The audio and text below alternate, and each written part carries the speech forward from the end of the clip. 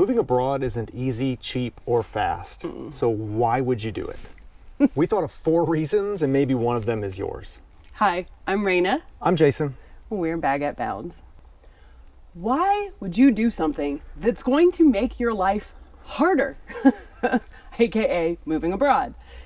When we stop to really think about the answer to this, because people ask us all the time, why not just move to the middle of nowhere USA if you want a slower pace of life? Yeah. Usually people will tell you things like, oh, affordability, or maybe the weather. But as we were talking about, we realized there's usually a motivation that runs one level deeper. Yeah. And I think it's helpful to think about what that is. So there's 4 reasons we came up with, and we're going to start with the easiest one to explain to your friends and family and end with the most kind of mysterious, but a perfectly valid motivation for wanting to do this. Let's start easy. The first one is to find something you haven't found in your home country. I think for us, we always long to live somewhere quaint, walkable, a sense of community, good weather, good food, accessible cultural activities, high quality education, reasonable cost of living. I know. List goes on. I know, we're not exactly alone here. This is not a completely original list. But it feels strange to say that we couldn't find this combination of things in the US. And it's strange because it's a huge country with a lot to offer. You would think we could. But usually, no matter where you're at, you have to pick maybe 2 or 3 things of this list. Putting them all together is just impossible. Or at least it felt that way for us. I mean, you got one place that has good weather, but it's super expensive. We're looking at you, California. Other places have like a great food and culture scene, but very little walkability. We love you, Houston, but I thought I might die riding my bike to HEB. Some close calls. Coming to Europe, we had an inkling that there might be the kind of lifestyle we had always wanted in the US. But we absolutely didn't know that for sure until we got here.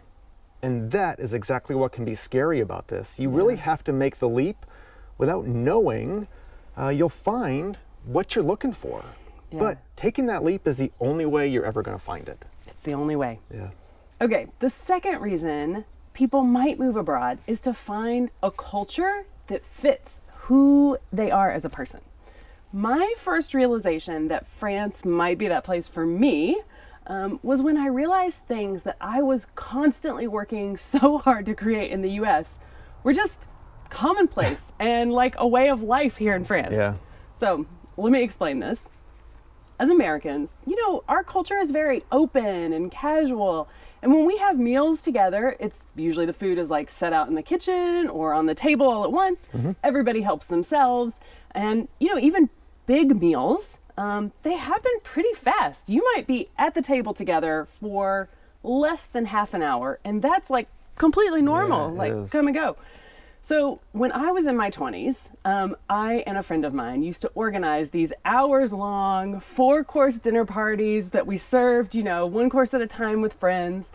And while my American friends enjoyed these like long, leisurely, discussion-filled meals, this just isn't really an American thing. No. They also thought they were a little like, okay, we'll go unusual. Yeah, a little unusual. Yeah.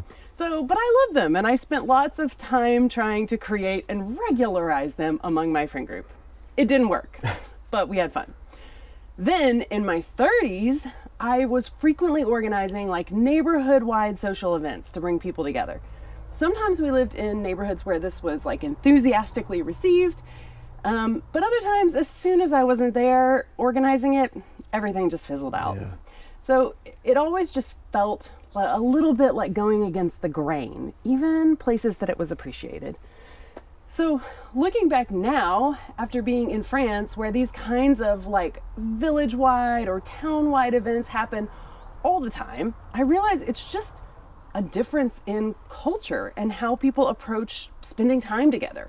I've noticed in France, people much more frequently see themselves as part of this larger whole and like feel it's important and prioritize engaging with each other in this way of just spending time. Yeah, I remember the shock, the first village dinner that we were invited to. Mm-hmm. So we had just arrived in France. We didn't yet know really any of our neighbors. Nope. But after a few weeks of being in an Airbnb that we were renting, Out in our mailbox, there was a simple typed invitation to this big village party. I mean, the neighbors, they didn't even know us yet, but we were invited and part of the community simply because we were there. Yeah, we were included.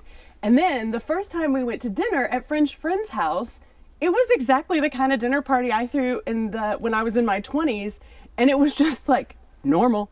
Everyone was acting like, oh yeah, this is just a Friday night with friends. Dinner. Yeah, it's just dinner. So I feel like discovering, French social culture has been, for me, like you walk in a clothing store, and you find like, oh, this place is my style. It's what I've been looking for. It just fits. Yeah. Okay, reason number 3, challenging yourself as a person. I think that people who move abroad are really true adventurers at heart. You got a little Indiana Jones spirit there. Absolutely, yeah. And adventurers like being presented with challenges. Partly because, part of them craves that feeling that comes from unlocking a secret or solving a puzzle or conquering an obstacle in front of them. Maybe it's the reason that people run charities or they start running marathons, or I don't know, maybe that's why they become neurosurgeons. These things are hard.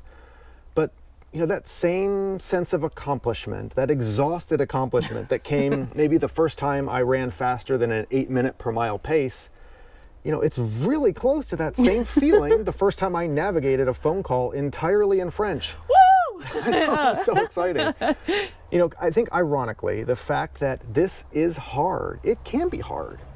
But it's part of the reward.